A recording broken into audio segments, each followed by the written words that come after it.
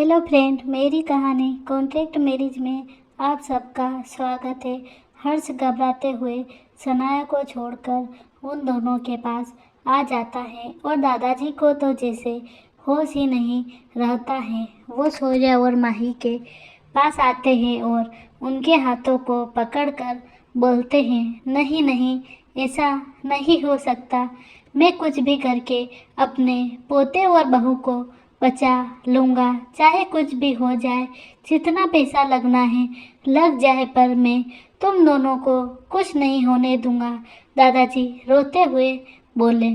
सूर्या सनाया की तरफ देखता है और हंसने लगता है। सनाया सूर्या के इस तरह हंसने से हैरान हो जाती है। सूर्या दादाजी से कहता है, दादाजी आप फिक्र मत कीजिए, हमने वह गोलियां नहीं खाई थी। सनाया सूर्या की बात सुनकर हैरान हो जाती है।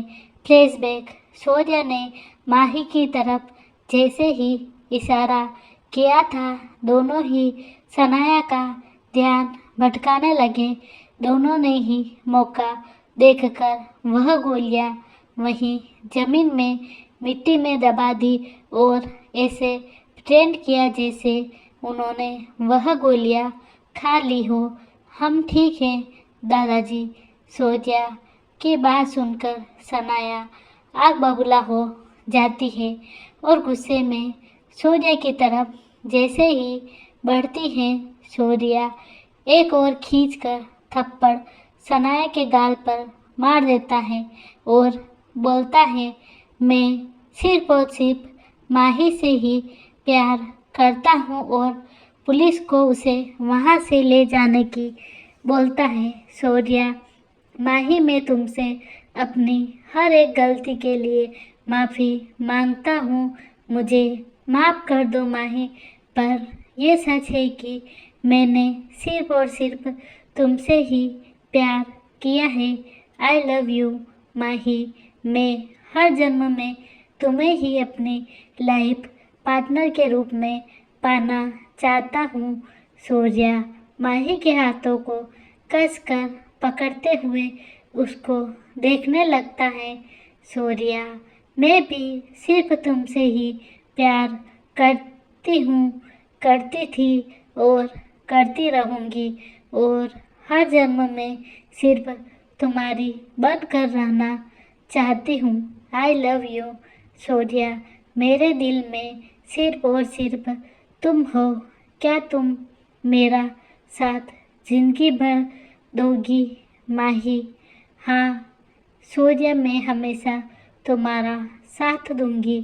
सूर्या अपनी पॉकेट से माही का मंगलसूत्र निकालता है और माही के गले में डाल देता है और एक हाथ से कार की स्टीयरिंग को पकड़ लेता है और दूसरे हाथ से माही के गाल को पकड़कर उसके माथे को चूम लेता है।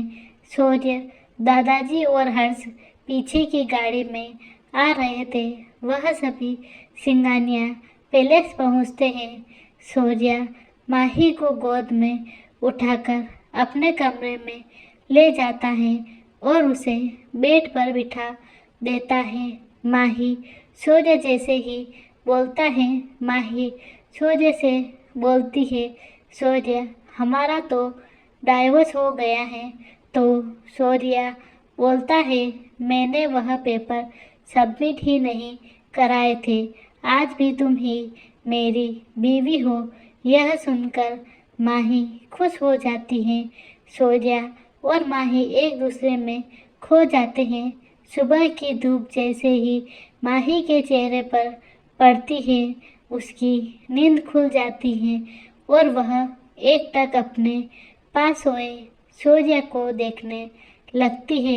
उसे यकीन नहीं हो रहा था कि सूर्या आज उसके पास है। वह धीरे से जाकर उसके माथे पर किस कर देती है। वह जैसे ही वह उठने लगती है, सूर्या उसका हाथ पकड़ लेता है और वापस खींचकर अपने ऊपर गिरा देता है। माही शौर्य, यह तुम क्या कर रहे हो? शौर्य, मैं तुमसे 3 साल का पूरा वसूल करने वाला हूँ। शौर्य की बात सुनकर माही शर्मा जाती है और उसके गाल लाल हो जाते हैं। शौर्य माही को फिर से किस करने लगता है। दोनों फिर से मॉर्निंग रोमांस करने लगते हैं और वह दोनों फिर से एक दूसरे में खो जाते हैं। 2 साल बाद शौर्य हॉस्पिटल के बाहर चक्कर काट रहा था। वहीं दादाजी चेयर पर बैठे थे। शौर्य थोड़ी देर में अस्पताल के बाहर एक बच्चे के रोने की आवाज़ आती है। माही ने खूबसूरत सी प्रिंसेस को जन्म दिया था। डॉक्टर बाहर आकर शौर्य से बोलता है, आपकी वाइफ और आपकी बेटी दोनों ही ठीक है। शौर्य दौड़कर माही के पास जाता है और माही और अपने बच्चों को गले लगा लेता है। शौर्य माही से कहता है, माही, मैंने तुम्हें बहुत तकलीफ दी है, हो सके तो मुझे माफ़ कर देना। मैं आज के बाद तुम्हारे और अपने बच्चों के ऊपर कोई भी प्रॉब्लम नहीं आने दूंगा। मैं हमेशा तुम लोगों को प्रोटेक्ट करूँगा। जय भी माही और शौर्य को आकर कॉन्ग्रेचुलेशन बोलता है और वह शौर्य से सनाया का साथ देने के लिए माफ़ी भी मांगता है। जय ने भी अपने साथ काम करने वाले डॉक्टर जिया से शादी कर ली थी और वह यूरोप से वापस इंडिया आ गया था और आरुषि की भी शादी हर्ष से हो गई थी। इसी तरह शौर्य और माही के कॉन्ट्रैक्ट मैरिज हैप्पी मैरिज में बदल गई। आप सब लोगों का बहुत बहुत धन्यवाद। आप लोगों ने मेरी कहानी को इतना प्यार दिया। धन्यवाद।